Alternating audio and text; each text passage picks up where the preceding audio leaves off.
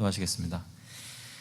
하나님 아버지 감사합니다. 주님께서 약속하신 면류관을 바라보고 매일매일 주님을 향해 나아가는 저희들 오늘도 주님께 예배드리고 또 성역 공부할 수 있는 시간 주시니 감사합니다.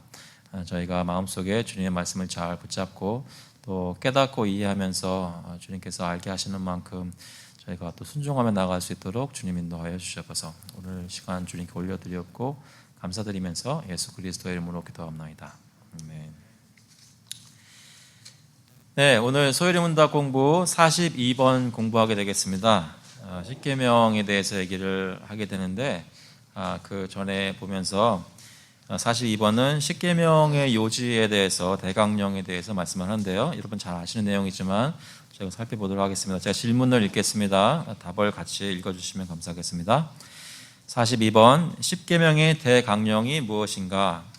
십계명의 대강령은 우리의 마음을 다하고 성품을 다하고 뜻을 다하고 힘을 다하여 주 우리 하나님을 사랑하고 또 이웃 사랑하기를 자기 몸과 같이 하라 하신 것이다.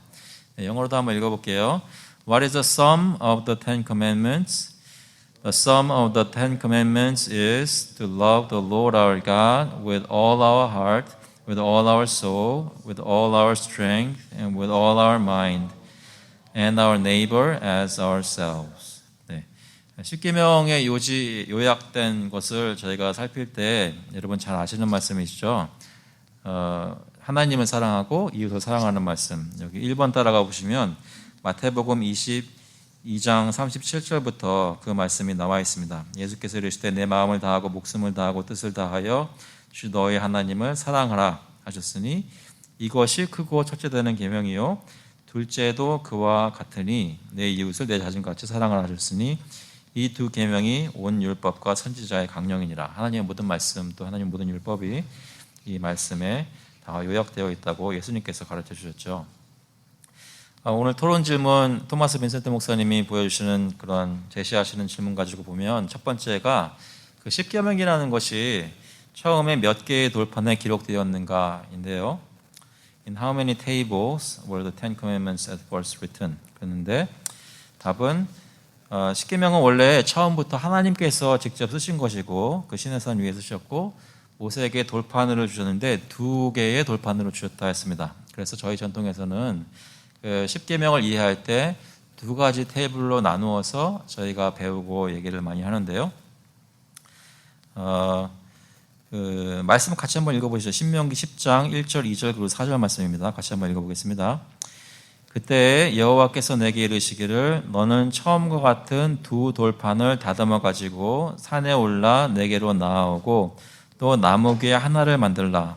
내가 깨뜨린 처음 판에 쓴 말을 내가 그 판에 쓰리니 너는 그것을 그 궤에 넣으라 하시기로 여호와께서 그 총의 날에 산 위 불 가운데에서 너희에게 이르신 십계명을 처음과 같이 그 판에 쓰시고 그것을 내게 주시기로. 네.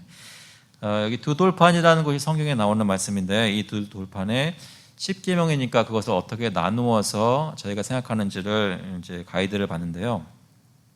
한 가지 생각해 볼 만한 것은 무엇이냐면 그 고고학자들이 이런 것을 연구하면서 그 당시 문화를 볼 때 어떤 계약이나 언약 같은 것을 나눌 때에는 항상 그 카피를 가졌다고 합니다.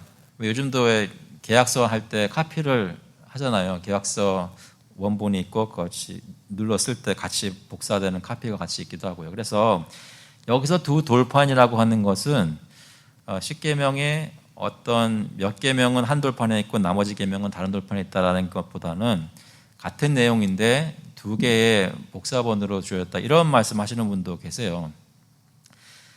저희가 직접 본 게 아니기 때문에 어떤 쪽인지는 잘 모르겠습니다. 그렇지만 그런 이론이 있다는 것을 좀 알아보시면 좋겠고요. 하지만 저희의 목적으로는 십계명이 어떤 내용인가를 살피는 목적으로 볼 때는 이 2가지 카테고리로 나눠서 생각하는 것이 저희 전통 속에 있었을 뿐만 아니라 저희가 이해하는 데 큰 도움이 된다는 것이죠. 그리고 실제로 예수님께서 이 십계명을 설명하셨던 그 내용을 보면 이 2가지로 나누어서 설명하셨다는 것을 보면 저희가 이 2 돌판을 가지고 얘기를 할 때 첫 번째 테이블, 2번째 테이블 나눠서 생각하는 것은 합당한 것이라고 볼 수 있습니다. 이해되시죠? 그래서 고고학자들이 무엇을 발견하든지 간에 저희가 지금 어프로치하는 방법이 틀린 것은 아니란 말씀이죠. 두 번째 질문 보시면 이 판들에 기록된 십계명의 포괄적인 의무는 무엇인가? 결국 십계명의 포괄적인 comprehensive duty는 무엇인가인데요. 십계명은 말 그대로 율법이죠. 율법인데 율법은 우리에게 무엇을 하라라고 말씀하는 것인데 결국은 무엇을 하라는 것이냐라고 묻는다면 그 답은 십계명의 포괄적인 의무는 사랑이다라고 말씀합니다. 사랑. 그래서 저희가 사랑을 하면 하나님의 모든 계명을 지키는 것이라고 볼 수가 있습니다. 여러분은 요즘 사랑하고 계신가요? 자꾸만 스크린 보지 마시고 저를 잠깐 봐주세요. 그러니까 사랑하고 계신가요?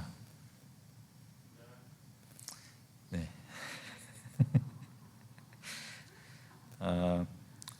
사랑한다는 것이 무엇인지 가끔 가다가 저는 제 아내가 이 방에 없어요.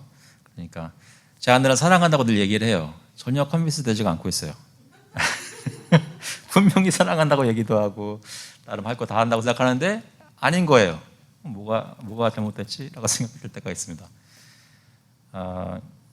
어떻게 보면 되게 간단한 명령인데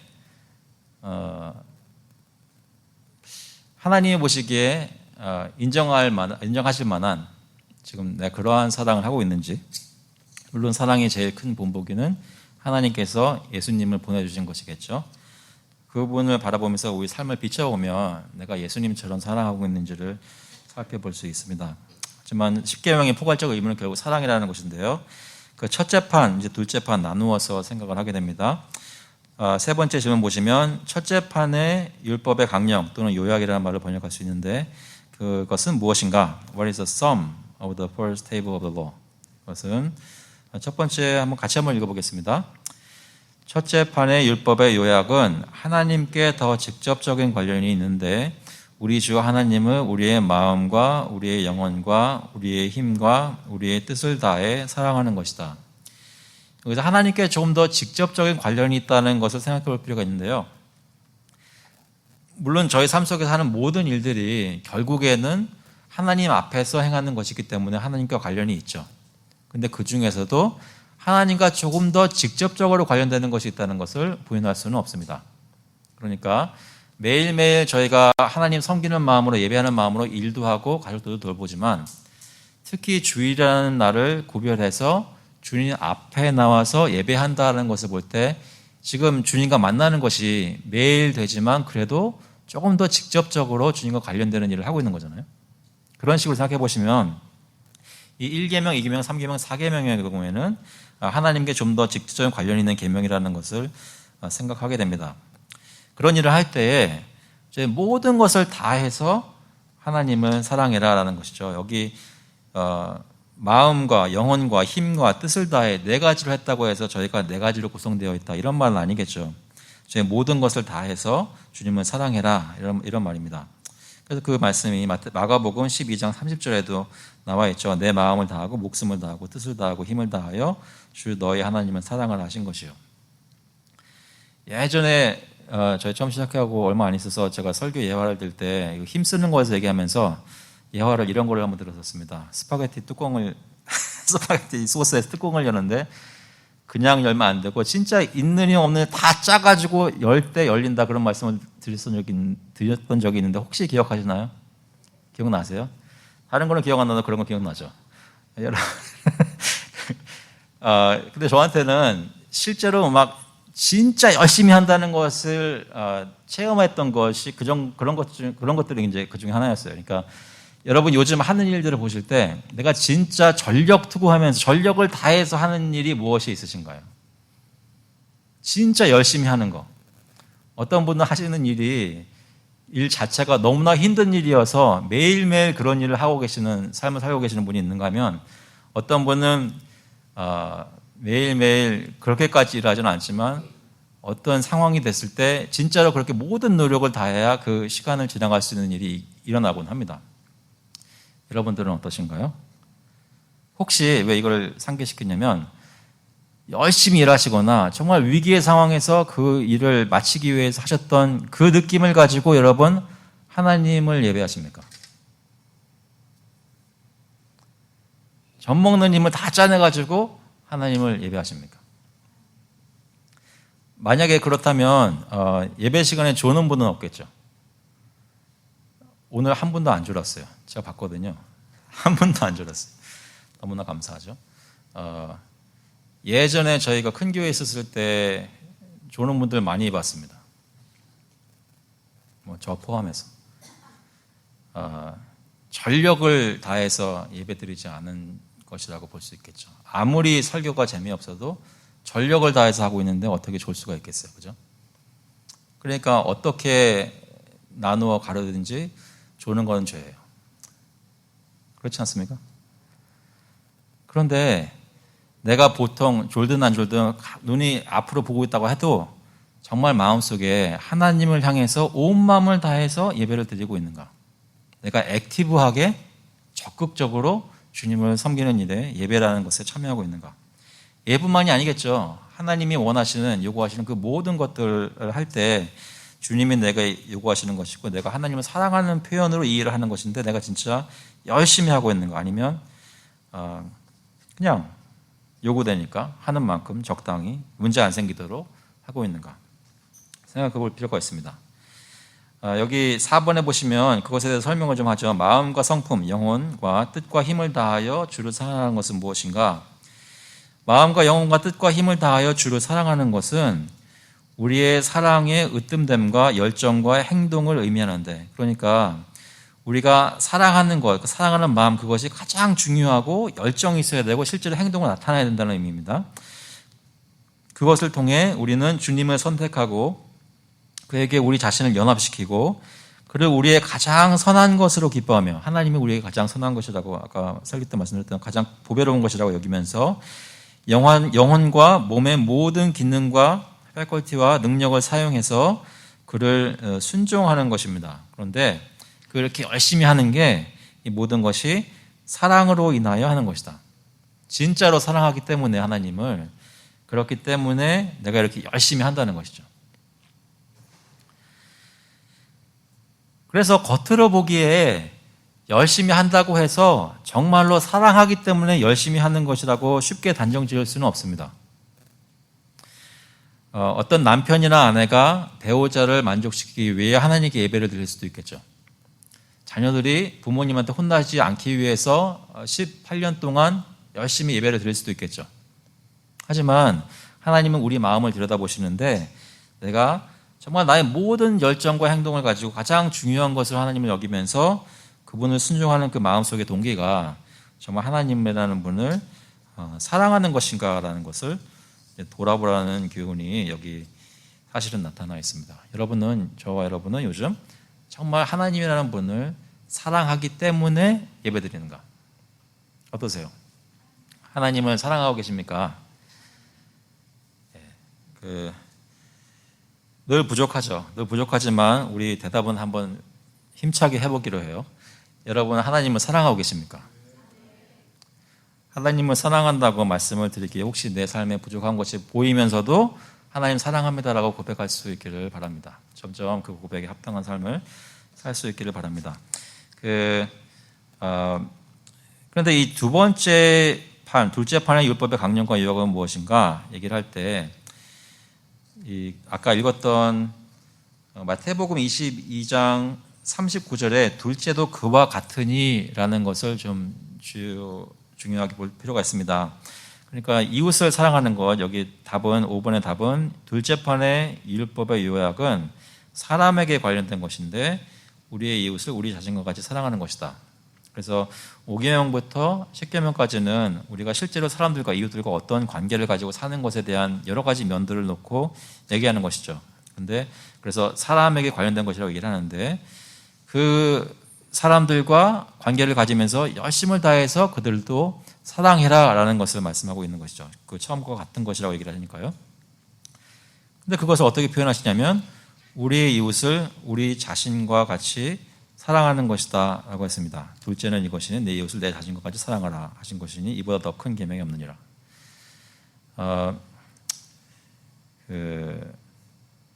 내 이웃을 사랑한다고 할 때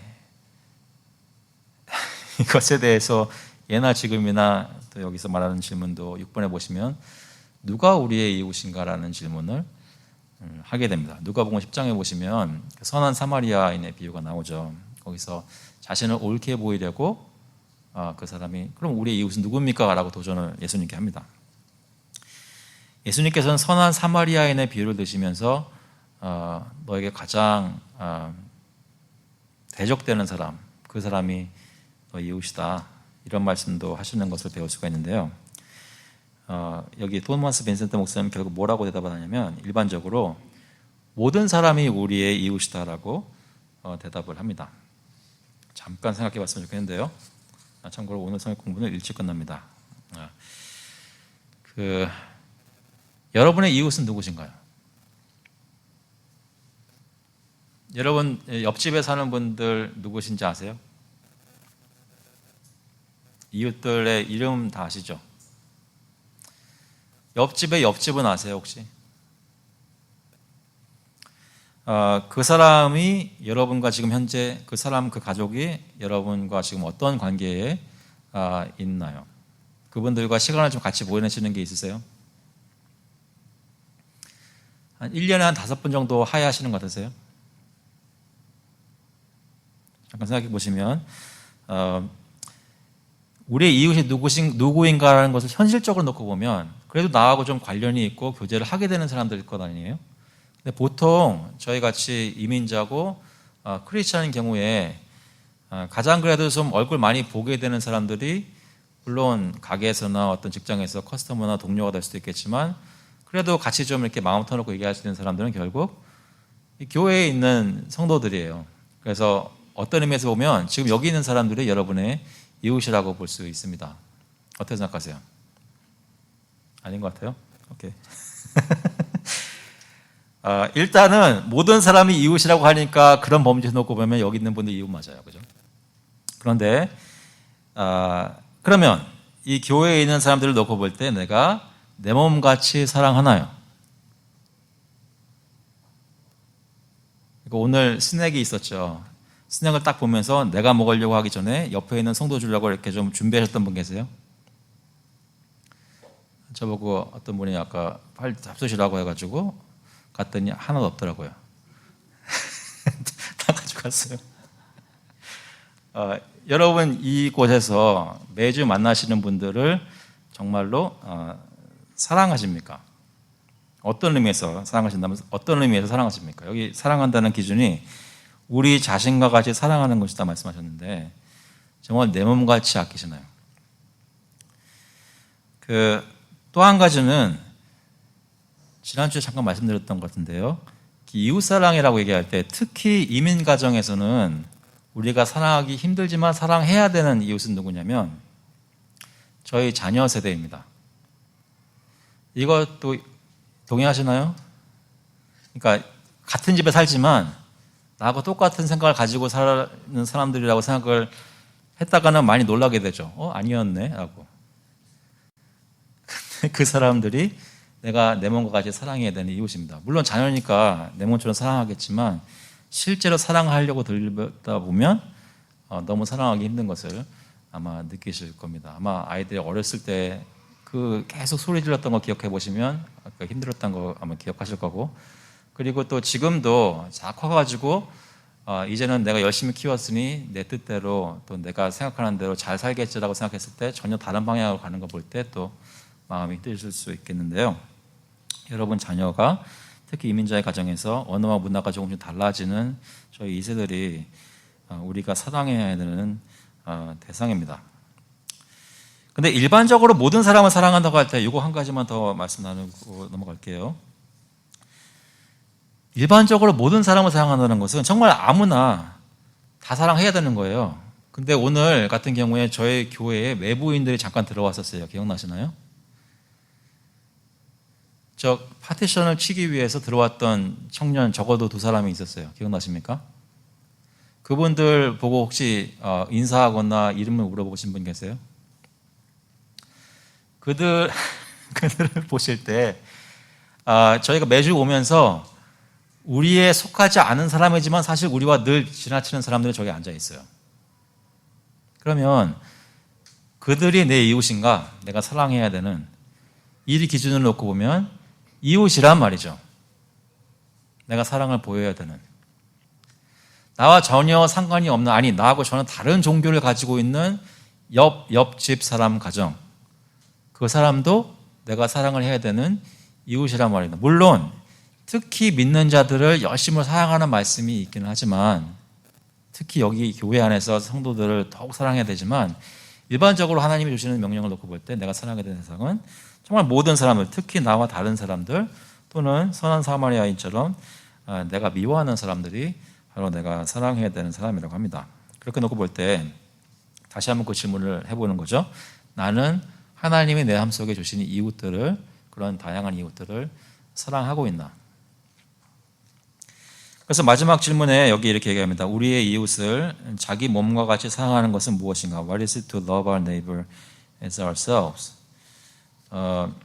답 한번 같이 한번 읽어볼게요. 우리의 이웃을 자기 몸과 같이 사랑한다는 것은 우리가 우리 자신을 사랑할 때와 똑같은 진실됨과 불변성으로 사랑하는 것이다. 이것을 좀 말씀을 어떻게 나눌까 하다가 갑자기 생각난 게 있어서 제가 생각했던 게 무엇이냐면 에베소서에 나오는 말씀인데요. 에베소서 5장에 보시면 28절에 이렇게 말씀합니다. 이와 같이 남편들도 자기 아내 사랑하기를 자기 자신과 같이 할지니 자기 아내를 사랑하는 자는 자기를 사랑하는 것이라. 이 말씀 기억나신 분 혹시 계세요?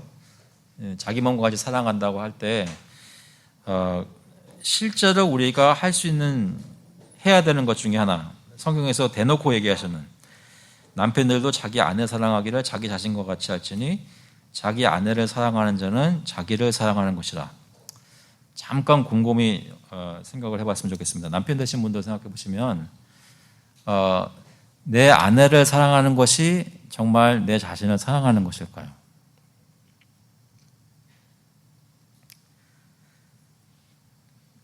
내라고 얘기를 하고 싶은데 그동안 살았던 세월들이 막 기억나면서 솔직히 내 아내는 내 아내지 그게 왜 나를 사랑한 거라는 생각이 들지는 않으신가요? 않으시나요?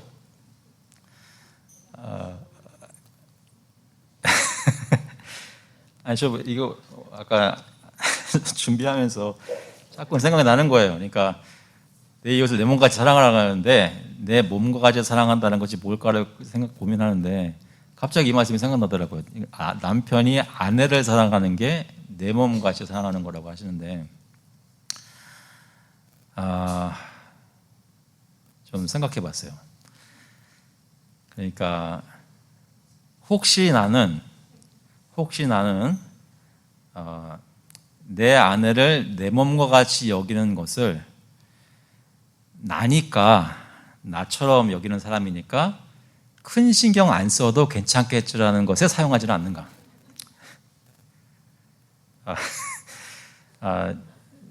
좀 말장난 같지만 여러분은 어떤지 모르겠어요. 근데 제 삶 속에서는 그런 것 같아요. 그러니까 나하고 워낙 가까이 있고 잘 아는 사람이고 내 입장에 같은 입장을 생각하면서 간과하는 거예요. 그런데 더 좀 창피한 것은 뭐냐면 실제로 내가 내 몸을 씻고 내 몸을 챙길 때는 굉장히 열심히 하는 거예요. 먹을 때나 샤워할 때나 옷 입을 때나 꽤 챙기더란 말이죠. 그런데 그 같은 생각을 가지고 내가 내 아내를 사랑하고 있나를 생각해 보면 언제부턴가 그렇게 신경을 써서 꼼꼼히 살피지 않더란 말입니다. 그 다음 절에 아내들도 남편들을 그렇게 몸과 같이 사랑하라는 말이 있어야 되는데 거기 없어요. 그래서 좀 아쉽긴 한데, 근데 좀 생각을 해봤어요. 만약에 남편들이 자기 아내 사랑하는 것을 정말로 내 몸과 같이 사랑하는 일이 있다면 아내들이 어떻게 할까? 여러 번 들으셨겠지만 그렇게 되면 24절의 말씀이 실제로 일어날 것 같아요. 그러므로 교회가 그리스도에게 하듯 아내들도 범사에 자기 남편에게 복종할지니라.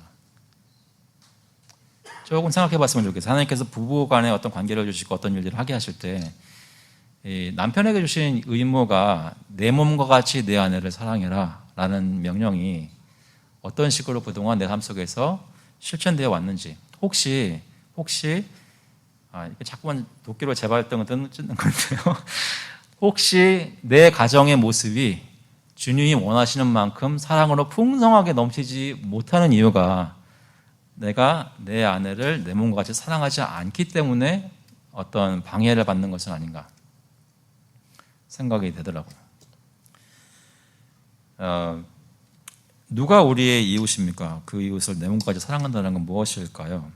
나에게 가장 가까운 사람부터 주님이 내게 허락하신 이웃을 생각하고 그를 정말 내 몸을 갖고 있는 것처럼 사랑하는 것, 그것을 통해 그 첫째 계명, 하나님을 내 몸과 마음과 모든 힘과 전신 전력을 다해서 사랑하는 것이 실천될 수 있는 통로라고 생각을 하게 된다면 이 두 계명은 사실 정말 사랑을 하는 하나의 계명으로 볼 수가 있다는 것이죠. 이해되시죠?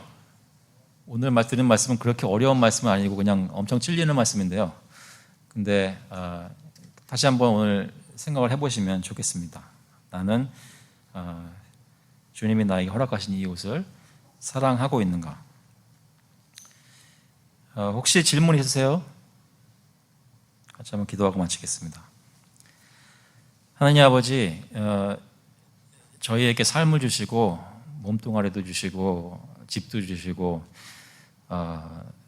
살 수 있는, 일할 수 있는 터전도 주시고 특별히 또 교회도 주시고 저희에게 여러 가지 좋은 것들을 많이 주셨는데 주님이 주신 것들을 고귀하게 여기면서 특히 저에게 주신 사람들을 내가 하나님을 섬기듯 사랑하고 있는지 다시 한번 돌아봅니다. 저의 마음속에 사랑을 하고 있는지, 사랑이란 것은 무엇인지, 누가 내가 사랑해야 할 대상인지 생각해 볼 때 십자가에 달리신 예수 그리스도가 마음속에 생각나게 하시고 주님께서 나를 어떻게 사랑하셨는지를 기억하게 해주셔서 저희가 주님처럼 사랑할 수 있도록 주님 인도하여 주셔서 오늘 시간 주셔서 너무 감사하고 이번 한 주간 동안 사랑하라는 명령을 실천하는 십계명을 다시 한번 보게 되는 그런 시간 되기를 간절히 바라오며 예수 그리스도의 이름으로 기도합나이다. 아멘. 감사합니다. 다음 주에는 못 뵙겠군요. 다다음 주에 뵙겠습니다.